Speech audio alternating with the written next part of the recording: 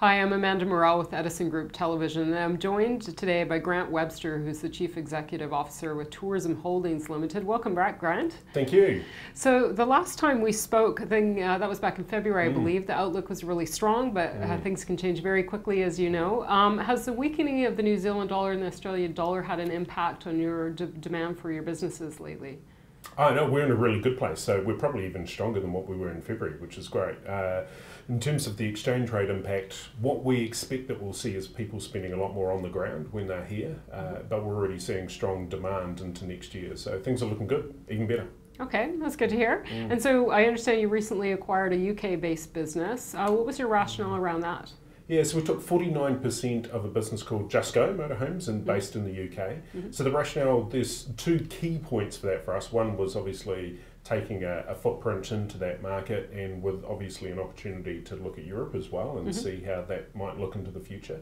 But secondly, there's also an opportunity for us to take some vehicles from that business, ship them down to New Zealand in particular, and ultimately maybe Australia, rent them down here for a short season and then sell them. So there was a strategic relationship from a fleet perspective, and we grew that into the investment relationship. So strategically, a really good opportunity for us. You're a capex hungry business, or you've been described as such. Can you give us some insights into what you're doing to optimize the capital value invested in the business? Sure. So we spoke a bit in February about the need to be a little bit more capital light in what we do from a decision making perspective. The Just Go acquisitions and one example of that coming to life. So bringing the vehicles down into New Zealand, they arrive in about September, October through to November. We can operate them in the high season down here, December, January, February, March, and sell them into the New Zealand market.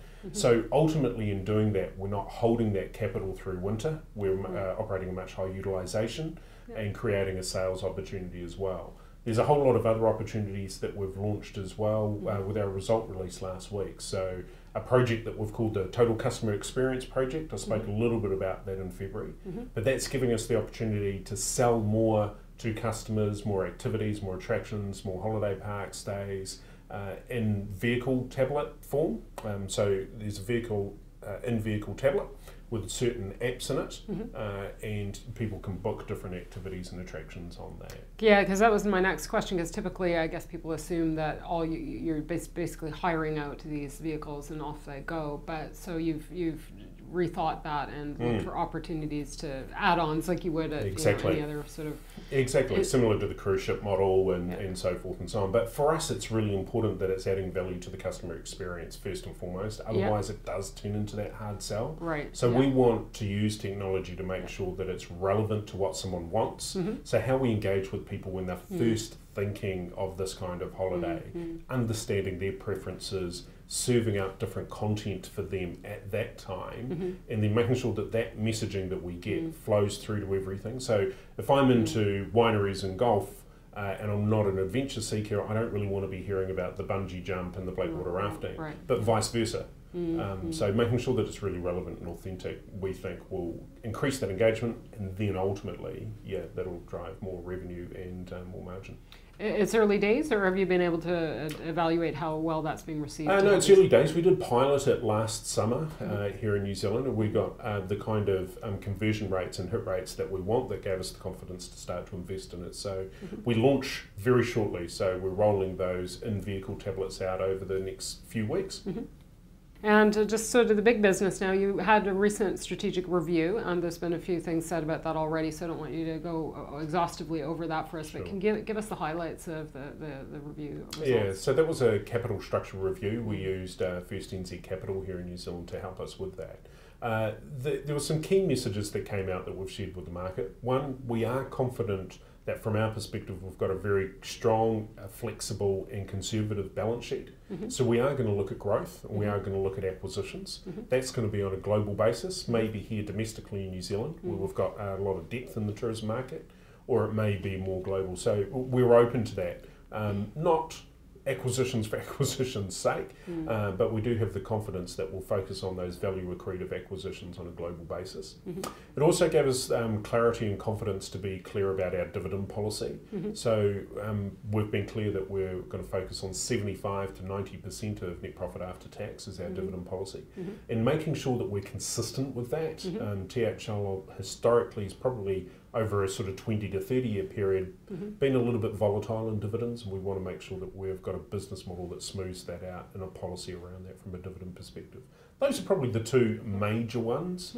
There's more information on our website if people want to see the review in a little bit more detail. Can you just address for a second the compound annual growth rate? I think it was estimated around 10%, and some suggest maybe that's conservative. Would you believe that?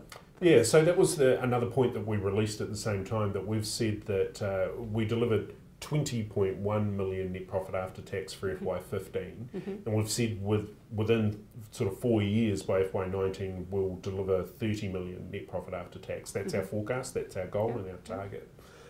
So is that a conservative forecast? A lot of people have sort of said tourism's in a good place, maybe you can achieve it early. A lot of other people said I can't work out how you get to that and how you're going to achieve it.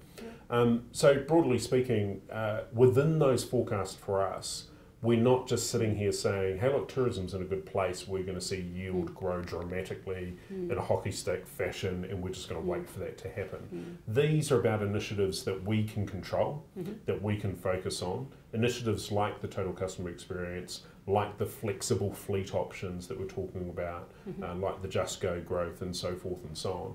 So we're sort of saying, regardless of what happens in the market, so long as it remains stable and has some growth, we can deliver that kind of growth. So if there's big yield gains or demand gains well on top of that, then we'll have to rethink what those targets are.